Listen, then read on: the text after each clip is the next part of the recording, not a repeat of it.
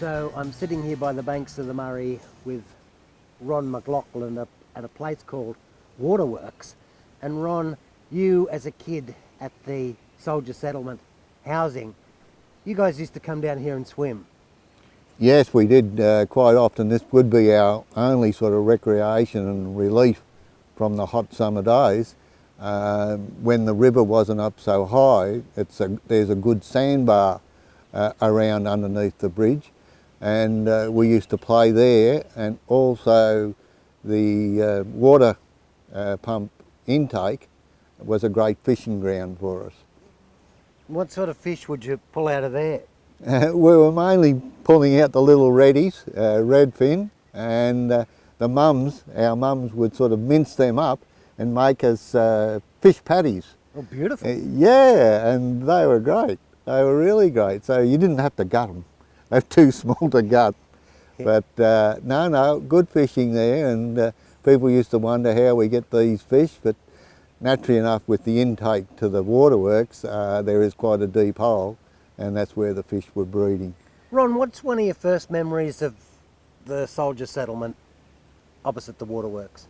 The first memory that I can recall was basically the community type living that we had, the crampedness and the fellowship that we got with the kids there.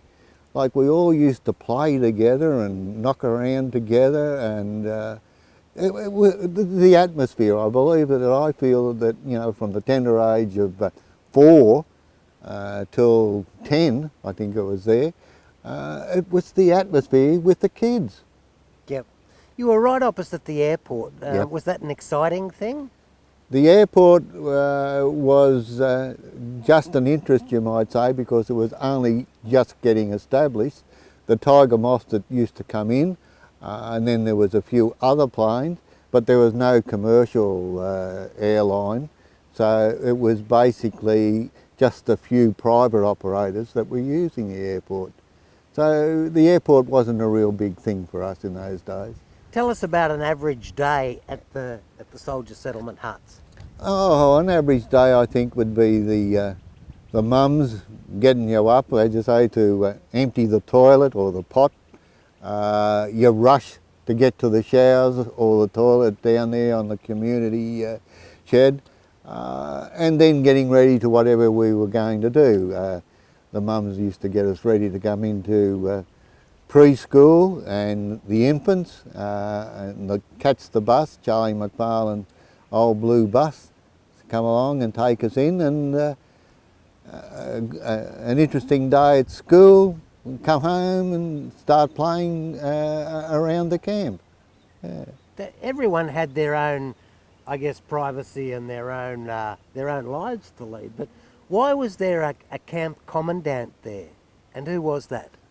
The commandant that come there was Captain Barella, and he lived up on the upper right-hand corner of the camp in a sort of prefabbed house, and he used to have sort of a regular hello session, marching around in his uniform with his wife, giving lollies out to the kids, and us little buggers, you might say, used to form a line and march behind him. You know. But they were fond memories. I really don't know why we required a commandant. We had a caretaker, Mrs. Cox. We had a rent collector, Mr. Ritchie. A commandant, I was a little bit amazed because I didn't really understand why. What years did you live there, Ron? We went there when it opened in '46. My sister Christine was born there in '47, and then we left. I think it was '52 when Dad got a job out at the Weir, and we went into one of the workmen's cottages at the Weir. But I have got a book from the Sunday school minister at the time in 1950, but '52 I think we left the camp. Do you remember those as being good times? Oh, excellent times, excellent times. We did get a little bit of bloody bullying, as you might call it, and assassination, by the upper classes, class distinction in those days by living in the camp. But it was all that the returned men could do, is to find housing, and it's been one of the things that has stuck with me. The first thing that I was going to do in my adult life was to provide a home for my children and family, and it was the first thing that I did manage to do. Yep. There was a reunion in 2010. Did you go to that? Yes, I certainly did, with Heather and Pam and the rest of them. I provided some photos of our memories of the camp, and we all had a good natter and some stories. People are talking about the high river and the amount of flood that has been caused downriver with the farmers. Every year prior to, say, 75, when the irrigation scheme was installed, or as you say, done from Corowa out to Collyambly, the weir was full all the time and provided for great water sports, entertainment for all us kids. Visitors used to flock there, and now it's making headlines that we're flooding out the rest of the farmers and people all downriver. I cannot understand why such a thing creates so much problems, when, as you say, it was a natural thing that used to occur every year. And with the weir filling up the way that it used to and being a regular capacity, provided so much sport and recreation for the people of Albury and visitors alike. Yeah, so just down at where Peards is now in the Barella's Cafe, the greyhounds were opposite. The greyhounds were opposite, yes, and above that was Murray's Piggery on the eastern hill. When the water was up high and the channel there on the, you might say, the northern side of Peards used to overflow, all that low-lying area used to flood. And us kids, from the camp, used to run around there and use it as a ski board platform. So the water used to come right back up to the racing course, up to the dog hound course. So now it's a modern housing estate of East Albury. What would happen in those circumstances where the road would be cut off? Because that was the old Sydney road, wasn't it? Correct. The road was cut off with the water coming across there. Mungabarina was cut off. The Mungabarina Park area and everything was cut off, and the buses used to have to sort of carefully push their way through the water, or you say, oh, we used to just walk. Yeah, but no, it was no real problems that we thought in those days. Yeah. John, where we are now is basically the main entrance to the gate.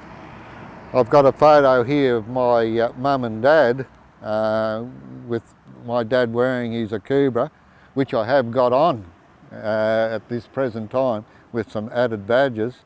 And that's my mum and dad in 47, just inside the main entrance here.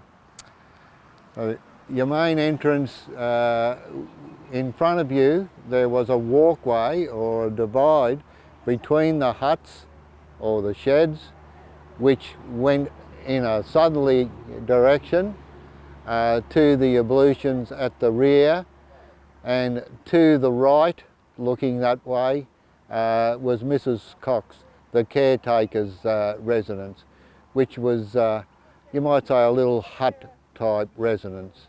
Yep, and the stock route, where did the stock route run? All right, the stock route run on the eastern side, and it went down from the Waterworks Road through, and Captain Barella was built a prefab type home here in the left hand corner. The Barella boys weren't allowed to play with us, so they used to sit at their window and watch us playing cricket and kicking the football here in the front area. This is the site of the Hume Weir camp. A lot of families came out here to live in 1952 and to work on the wall. It was a very, very social scene as described by people who lived here at the time. Lots of barbecues, tennis, and families and kids schooling together, working together in one community. So Ron, tell us about Dad's involvement out here at the Hume Weir. Yes, John, and well, Dad come to the Weir around 1952. He was one of the workers that got a job with the hydro scheme, Copper Dam, new station being erected. And we left the camp, the RSL camp, to come to the Hume Weir workers' cottages and moved up here whilst Dad was employed as a carpenter at the Copper Dam, and he applied for the job and says, well, the foreman says, where's your tools, Hock? And Dad replied, here. And he says, here? He said, that's only a Hessian bag. He said, that's me tools. And he says, oh. He says, all right. He says, go and fill it up with bolts and you can be the bolt man to bolt off the planks in the Copper Dam site. So Dad got a job as a carpenter with a Hessian bag. Another fond story I've got of Dad, we were, he was, you might say, promoted to the punt operator, that the rock buggies used to go down onto the pontoon and drop their rocks, and the pontoon was then towed across to the area where the rocks were going to be dumped. So Dad used to come down here and the rock buggies used to load up, and he used to take the rocks over and dump them along the earthen wall on the Victorian side of the wall, and also strengthen the wall on the New South Wales side. Another fond memory I've got of Dad is when he invited us kids to come down and see him. He was going to have a look at the cracks in the wall. Nobody would dive in the wall, so they wanted some of the workers, or one of the workers, to go down and inspect the New South Wales side of the wall for cracks. So Dad, being the man he was, he says, oh, I'll do it. So he stripped off to his swimming togs, and they loaded him up in the old-fashioned diving suit with the hoses and everything, and they rowed him out in a little rowing boat. There was 3 other workmen who were on top that was supplying the air for him, and so Dad dived down at the wall and looking for cracks. He reminded us, he says, all I found down there, he says, there was quite a few cracks, but he said, all I found was Murray cods the size of sharks. So he said he wanted to get up as quick as possible.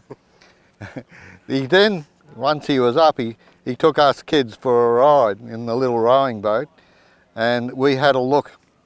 We had a look of where he actually had been walking on the downside of the weir. So that was an exciting time. Another fond memory I have is when the living in the workmen's cottages, which was again good community living. We were the Hume Weir kids. We had a free bus run, you know, backwards and forwards to school. We got up at a lot of trouble, had a lot of fights, you know, but at the end we were all pretty fairly minded and a good community. You know, nobody could really talk about against the Hume Weir kids. Yeah. You used to sell fish? Yes, and another thing, us kids, the funniest story that I believe was Billy Bassman, Les Bassman, younger brother. We were down here fishing, as you would call it fishing, but our parents used to allow us to go down to the workmen at the Copper Dam. And the Copper Dam was the area under the number 1, number 2 valves, which was being drained so they could build the hydroelectrical scheme. These valves used to dig deep holes where all the trout used to breed. So we used to go down there and feed off the retaining wall of the copper dam, jagging these trout. And there was nothing to pull up 20, 30 trout and have them sort of on a string line or on a willow branch and be walking back home to your house. So we would be walking up the hill from the camping area or the parking area, and all these so-called fishermen would come up and say, "Oh gee, where did you get those fish today, kids?" "Oh, we just got them down the river, you know, quite a few, yeah, a lot biting, quite a few biting." And they said, "Oh, are you going to sell them?" And we used to say, oh yes, we'll sell a couple, you know, we've got to take a couple home for food. So we used to sell these fish, we were pulling up in the tens, you know, by the parents allowing us to get down there where they are actually all breeding, and the water is being drained away and making their restricted area a lot harder for them to swim and get away. And also there was a story of when the fishing inspector come in and said to us, "Righto, you kids, what are you doing? You know, you're fishing, have you got a fishing licence?" And Billy Bassman, a young 12-year-old, says, "Yes, I've got a licence, I've got a licence." He had his father's expired licence. The fishing inspector says, "This licence is no good, it's 12 months old." Smart Billy, in a quick of the flash, says, "That's all right, sir." He says, "I'm only catching last year's fish." Another time I remember a write-up in the paper by Cliff Chamberlain saying about the Albury show. My dad, you know, when things were tough and you had to try and get a quid anywhere, used to run illegal gambling. Anyway, and he used to have these side shows. We'd have knock-a-dolly and, you know, darts into the cards and, you know, shoot the ducks down. And then he done again the dancing ducks, where he set up this sideshow, come in and see the dancing ducks, you know, and he set it up by fixing up the primus, the methylated spirit primus, you know, which you had to pump up, which had a little cylinder on it, and naturally enough the flame increased and everything. He put a road sign, I think it was one of those 50 miles restriction fine that he got off the road, with one of the live bird cages that you used to get at the auction, put that over. We got under the card table with a tablecloth across it with the cage visible from the front, and I was underneath at a tender age of 9 years or 10 years of age, underneath, you know, hiding behind the cage, and Dad, being the spruiker, would have the people sitting out, you know, in the tent saying, "All right, if we be nice and quiet, we'll start the ducks dancing." And he used to play a record, and I used to pump up the primus. So the more the record got going, the more I pumped up the primus, making the hot plate hotter and the ducks danced faster. So this went on, and that was the true originating story of the dancing ducks. And when we were there and after all the people had left, one of the ladies from the RPCA come up and she said, "There is something fishy going on here. I want to get to the end of it." And before we knew it, she had ripped, you know, the tabletop off the card table. And here I am, sitting behind this cage, you know, with the primus. And I said, the sweet talking old man of mine got into trouble because she closed him down straight away. So that's the true story on the dancing duck saga at the Albury show.